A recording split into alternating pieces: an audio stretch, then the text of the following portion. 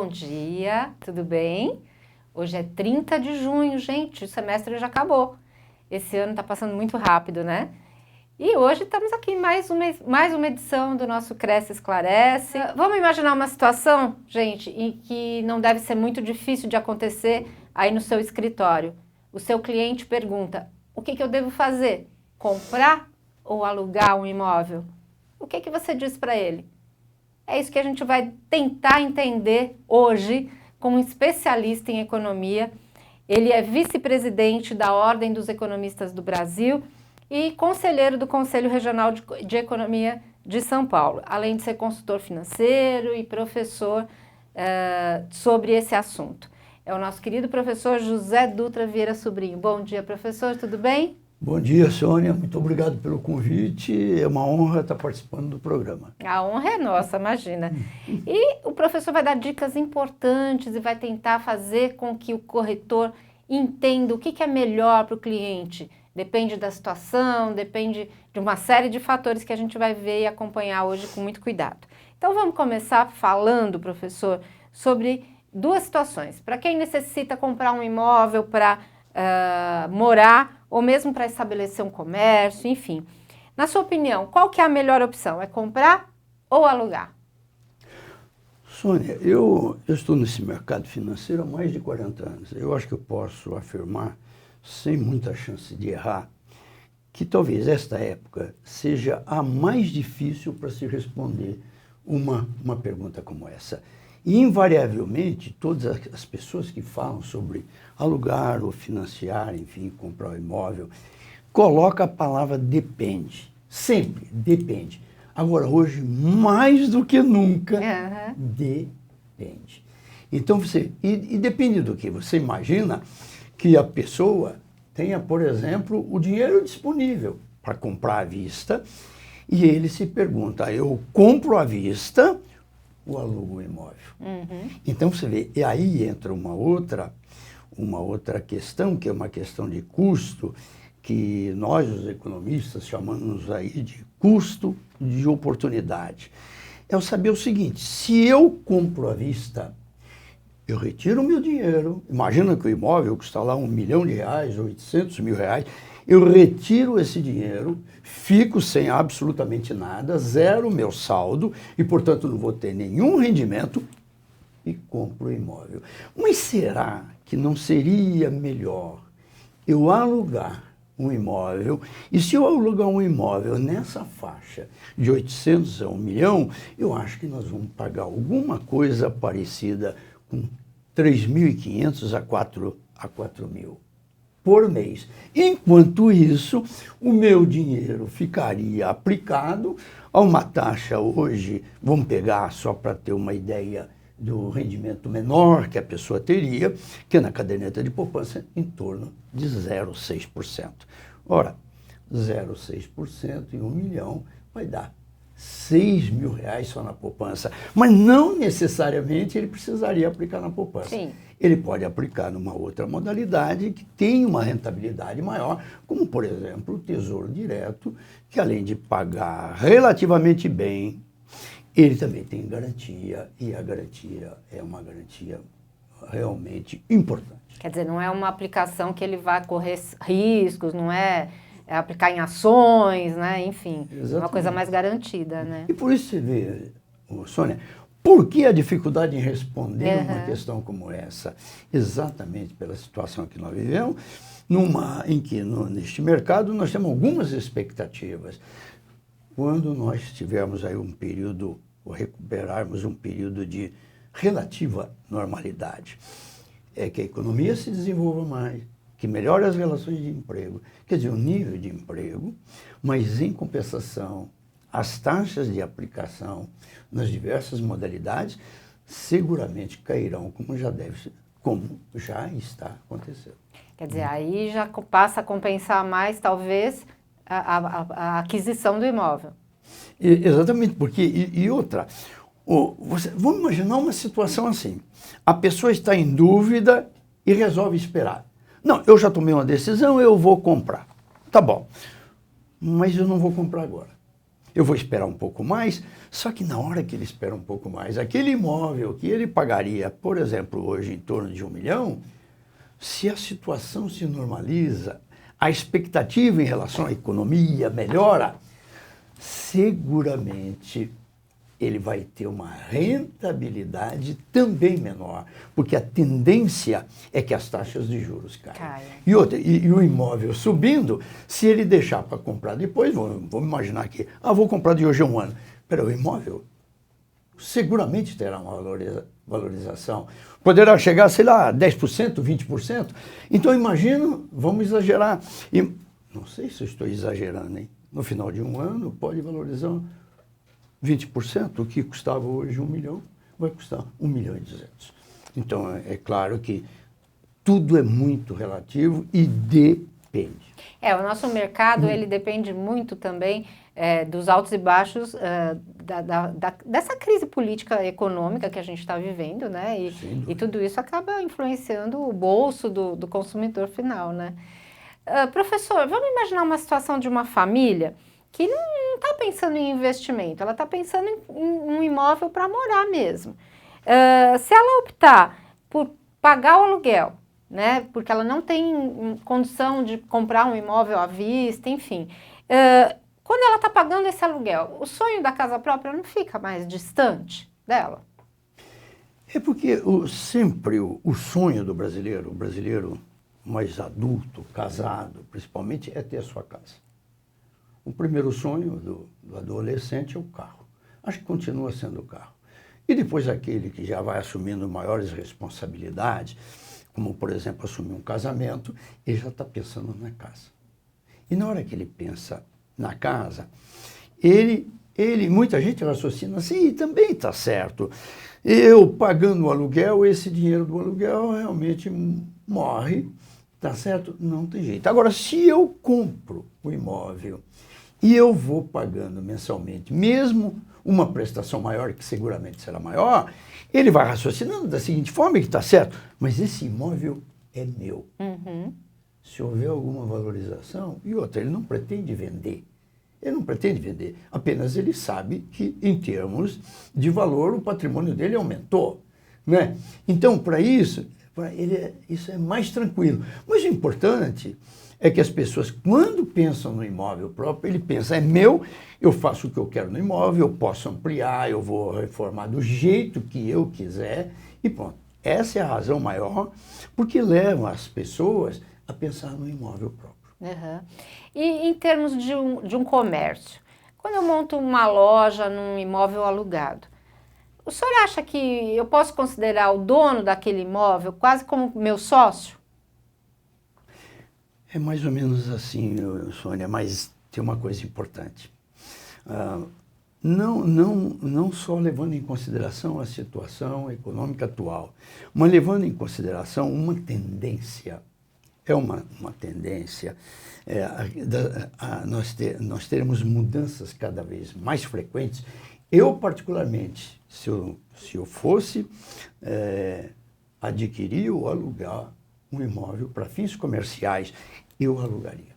Eu alugaria. E hoje, claro, né, a quantidade de imóveis comerciais disponíveis para aluguel é uma loucura, é uma quantidade enorme. Então, com isso, evidentemente, os aluguéis caíram e caíram bastante.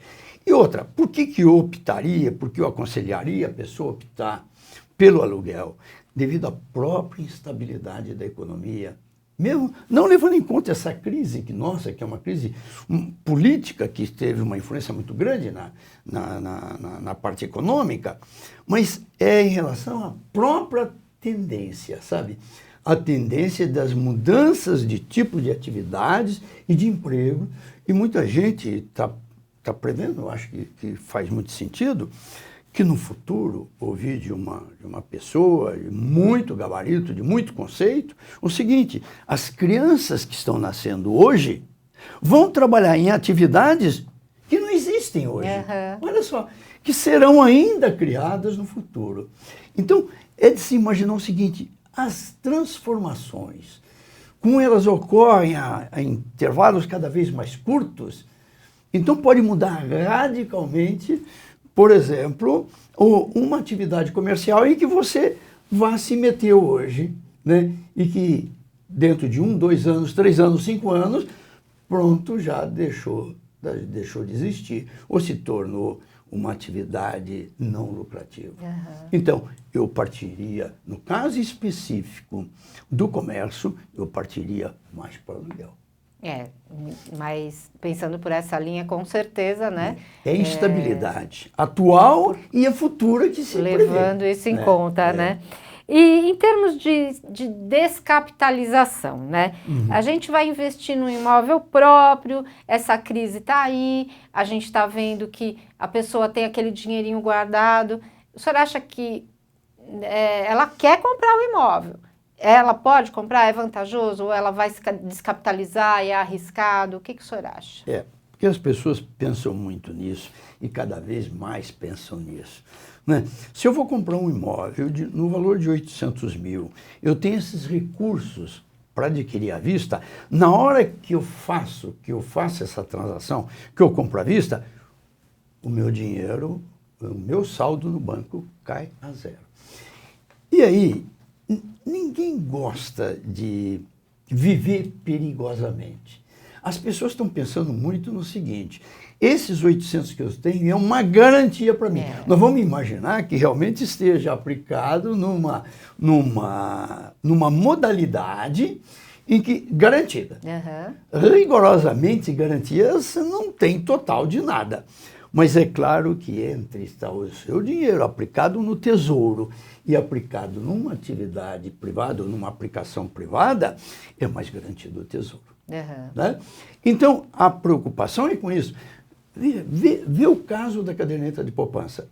Por que a caderneta de poupança é a modalidade mais popular neste país? É a mais conhecida, a sociedade, o cidadão mais confia.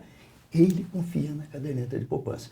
Embora, tradicionalmente, até hoje, venha pagando menos do que as outras modalidades, como aplicação direta em certificado de depósito bancário, aplicação no Tesouro Direto, ele confia mais na poupança.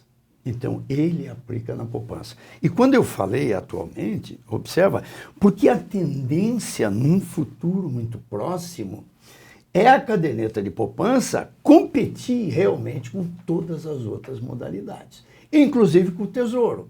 E isso poderá ocorrer a curto prazo. O senhor diz porque os juros vão cair? Porque a tendência é os juros cair. A previsão para dezembro é que a Selic atinja 8,5%, e atingindo 8,5% muda o critério de rendimento passa a ser 70% da taxa Selic. A taxa Selic que eu me refiro é essa taxa anunciada pelo Banco Central, né? Através daquela reunião do Copom, que se realiza mais ou menos de 45 em 45 dias, né? Então vai ser com base nessa taxa. É a taxa de referência, que hoje está em 10,25, mas que em dezembro provavelmente estará em 8,5. Estando em 8,5, 70% de 8,5, você vai ter 5,95 ao ano, o que não dá 0,5% ao mês. Então, a tendência é que todas as aplicações financeiras passem a render menos, todas elas, inclusive o Tesouro, e a poupança passa a ser mais competitiva na medida em que a Selic cai. Professor, nós temos algumas perguntas dos nossos internautas aqui.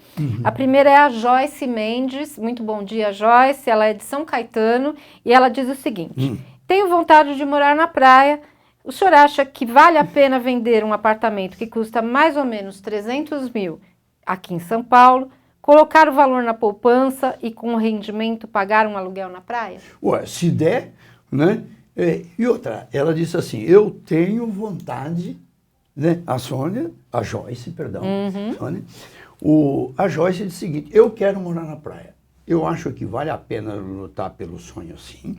E se você alugar aqui e ter um rendimento suficiente para pagar a prestação, o aluguel, não sei se ela quer comprar a casa na praia ou alugar uma casa na praia. Pelo que ela disse, ela quer vender o apartamento que tem aqui em São Paulo, que vale Sim. 300 mil, Sim. e colocar o valor na poupança e pagar com esse rendimento o imóvel na praia, um aluguel na praia, né? Eu acho que valeria a pena fazer isso. Por quê? Primeiro, o sonho dela é morar na praia. Uhum. Então, ela vai deixar o dinheiro na poupança. Você vê, 300, nós estamos falando aí em 300 mil, se falar em 300 mil, se eu fazer só uma continha aqui, né? O 300 mil, na poupança, já vamos considerar o rendimento a partir do final do ano, ela vai ter hoje aproximadamente 1.500, talvez um pouquinho mais, R$1.500. Por mês, Ora, né? ela deixa esse dinheiro rendendo aí o equivalente a 1.500 e ela aluga uma casa na praia.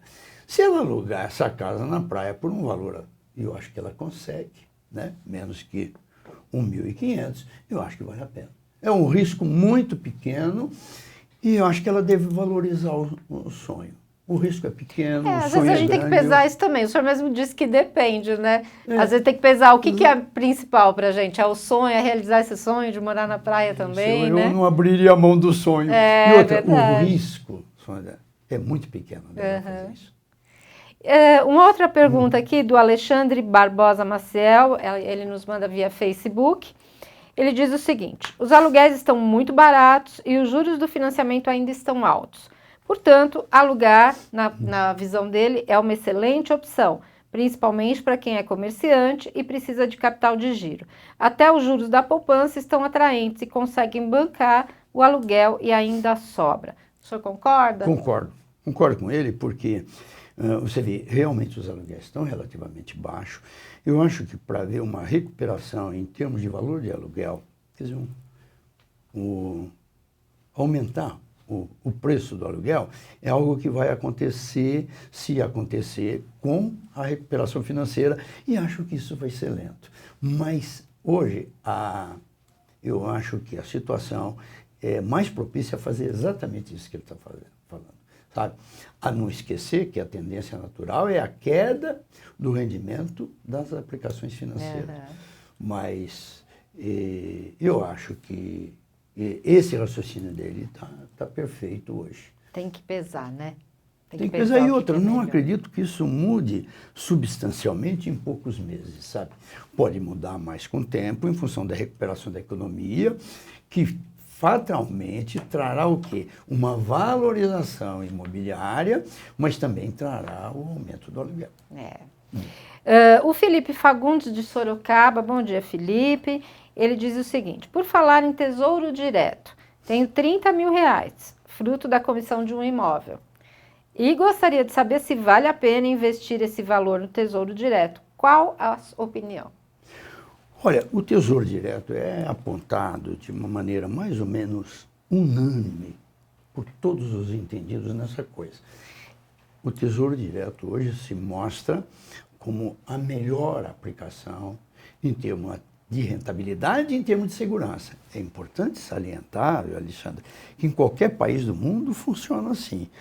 Quanto maior a segurança, quanto maior a liquidez, que a liquidez é aquela, essa condição que você tem de traduzir em dinheiro rapidamente um patrimônio que você tem. Então, em todos os países do mundo, quanto maior a segurança e quanto maior a liquidez, menor é a taxa de juros. E no Brasil nós estamos vivendo uma situação que é mais ou menos, não bate muito com isso que eu estou falando, porque exatamente a aplicação em títulos do Tesouro oferece uma rentabilidade que é melhor do que as outras modalidades. Por exemplo, entre aplicar no Tesouro Direto, aplicar em fundos de investimentos, aplicar em certificados de depósito bancário ou na poupança, o Tesouro acaba, na média, pagando mais. E outra, independe, né, Sônia? Isso que é importante. do valor aplicado. Se a pessoa aplica 30 mil, ou aplica 50 reais, ou aplica 1 milhão, a rentabilidade é exatamente a mesma, como acontece na poupança. Não é assim em certificado de depósito bancário, não é assim em fundos de investimentos. Isso é então, bacana eu acho também, que vale a pena, sim, o Tesouro, pela rentabilidade que oferece, pela segurança que oferece e pela liquidez. A qualquer momento você pode vender e a qualquer momento você pode comprar. Você pode fazer o que você quiser e com rapidez. Professor, em termos de aquisição do imóvel, vamos imaginar que eu tenho um capital ali investido, seja no Tesouro, seja na poupança, enfim, tenho lá o meu rendimento. E eu quero comprar um imóvel. Compensa eu investir esse dinheiro na aquisição ou é melhor eu utilizar um crédito imobiliário, por exemplo? Não. Aí, porque muita gente realmente se pergunta o seguinte: eu vou comprar um imóvel, eu tenho dinheiro até para comprar à vista, olha só. Mas eu vou comprar, já decidi. Agora, é melhor eu pegar um financiamento ou usar o meu dinheiro?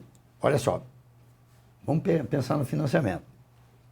Um financiamento hoje, a taxa média do financiamento, eu acho que está em torno de 0,85% ao mês. Isso equivale a aproximadamente 10,5% ao ano, né? É o que você pagaria. Em contrapartida, se você aplica o dinheiro,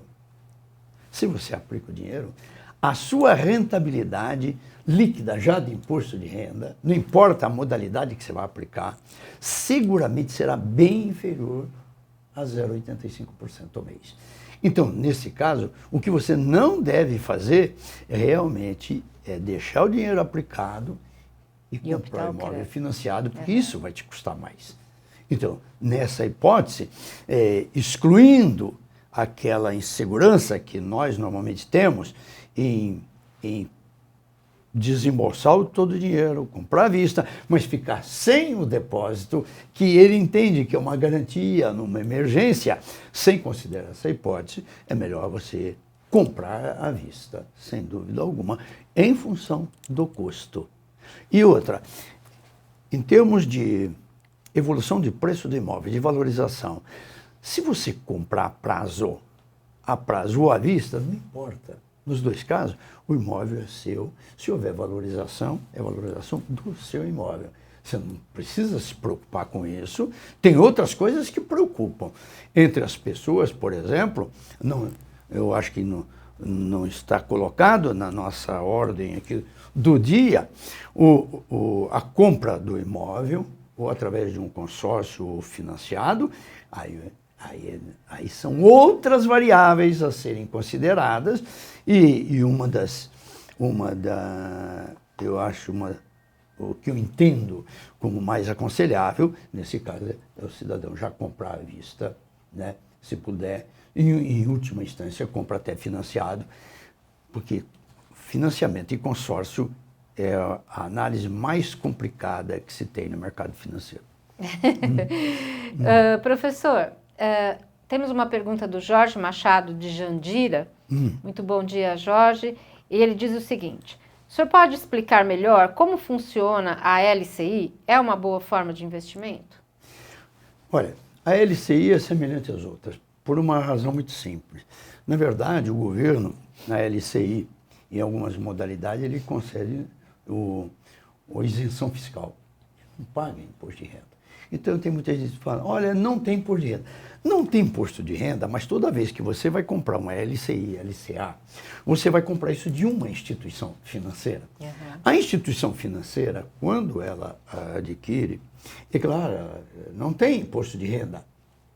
Agora, ela não vai repassar isso para você, né, Jorge? Ela não vai fazer isso. Você acaba tendo na LCI uma rentabilidade muito parecida, praticamente igual àquela que você teria, por exemplo, aplicando em certificado de depósito bancário, em que, dependendo do valor que você aplique, se é um valor relativamente modesto, o banco vai te pagar 80% do CDI, vai te pagar 85%, 95%, 90% do CDI. Depende do tamanho do valor que você aplica. E essa compensação eles acabam fazendo na LCI. Não, você, embora não pague imposto de renda, e o título é isento de imposto de renda, essa vantagem já é levada em consideração quando ele estabelece o quanto a instituição estabelece, o quanto vai pagar para você. Então você acaba tendo na LCI ou na LCA basicamente a mesma rentabilidade líquida que você teria numa aplicação em certificado de depósito bancário. Professor, em termos de imóvel novo ou imóvel usado, né? Ao invés de falar um pouquinho de aluguel, vamos falar um pouco dessa diferença. Em termos financeiros, qual que é a diferença percentual? Como é que funciona isso? O que compensa mais para o consumidor? Sônia, é claro que o imóvel, o percentual, a diferença entre o imóvel novo e usado, é evidente que varia muito. Sempre o imóvel novo é mais caro, não se tem dúvida disso, né? Só que tem muita gente que não faz questão nenhuma de ser um imóvel novo. Ele vai partir para um imóvel usado e, claro, em boas condições, num local muito bem, enfim, muito bem localizado, ele vai pagar menos. Eu acho que depende das pessoas. Tem pessoas que querem ter um imóvel novo, ele faz questão, né? Assim como o carro, tem muita gente que quer um carro zero, aquele gostinho de ter um carro zero, aquele cheirinho de carro zero, né? Mas pode comprar um seminovo que custa muito mais barato, ou sei lá, 10, 20% mais barato. Então, um imóvel é mais delicado do que a compra de um carro. Então, ele vai, de preferência, na companhia de alguém que entenda, que tenha um olho mais apurado, né? Quanto à avaliação do imóvel, porque às vezes nós, leigos, eu sou completamente leigo nisso, por exemplo, eu chego e visito um imóvel usado, novo ou usado. Então, eu acho uma beleza. Agora, uma outra pessoa que conhece, de preferência um amigo, um engenheiro, para que possa observar detalhes da parte elétrica, do encanamento, essas coisas todas, muito importante.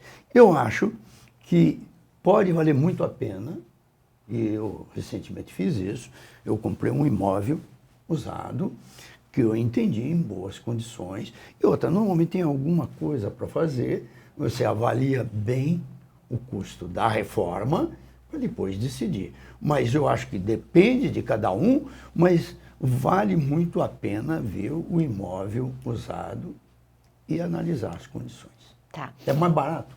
E com aquelas certeza, pessoas que são investidores, que estão pensando em comprar um imóvel para alugar como investimento? Está compensando a rentabilidade?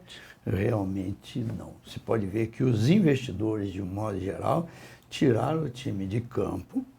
Por quê? Porque não está compensando. É aquele cidadão que compra um apartamento ou mais com o objetivo de alugar, que era comum no passado. Hoje, face a essa realidade de mercado, o pessoal está fugindo disso. A gente percebe que o pessoal está fugindo de investimento. Mas, por outro lado, né, Sônia, nós não podemos deixar de observar outros fatos. Primeiro, a situação brasileira hoje, em função muito da situação política, é uma situação de expectativa. Observa até o comportamento da Bolsa, gente. A Bolsa sobe, desce, ela está oscilando. Vê o caso do dólar. Nós estamos na expectativa de acontecimentos que poderão vir para melhor ou não, que a maioria, aqueles mais otimistas, eu acho que a situação vai estabilizar.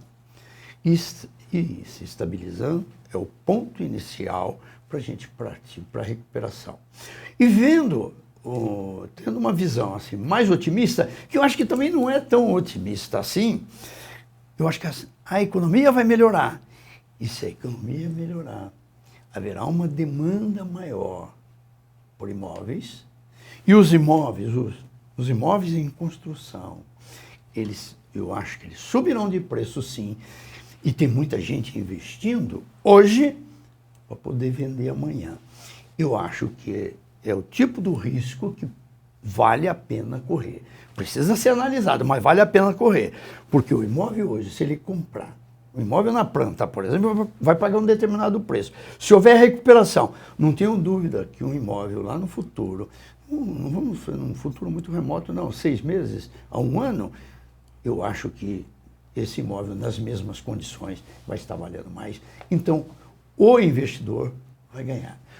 Em relação ao investidor que compra para alugar, eu acho que a situação é muito parecida, porque na medida que a situação econômica do país melhorar, é evidente que as relações de emprego melhoram, o nível de emprego melhora, os salários melhoram e as pessoas estarão dispostas a pagar um aluguel maior até por consequência. Poxa, que bacana que o professor está aqui dando essa visão otimista, né? E essa boa expectativa agora para o nosso futuro. E deixo aqui as palavras finais para as considerações do nosso querido professor. Olha, e antes de dizer aí as minhas palavras finais, dizer o seguinte, que esse meu otimismo não é um otimismo baseado numa crença, numa mera crença. Não, é baseado em fatos. O Brasil seguramente é um dos países com maiores recursos no mundo. Eu fico com a impressão, é isso que eu leio, o mundo está na expectativa de que o Brasil melhore. Tem muito dinheiro no mundo para ser investido. E o grande problema do Brasil hoje se chama safadeza e corrupção. Mas isso vai passar, e eu acho que vai passar a curto prazo. Então, na hora que acontecer isso, nós tivermos um país mais estável, com uma sociedade mais participativa, sabe? O Brasil vai melhorar e pode melhorar muito rápido. E com isso, num horizonte não muito longo, mesmo de 6 meses a 1 ano, de um horizonte de curto prazo, eu acho que o Brasil pode melhorar muito. E não sou só eu que penso, eu tenho amigos que pensam do mesmo jeito. E a partir do momento que acontecer isso, o Brasil pode se desenvolver de uma maneira não previsível.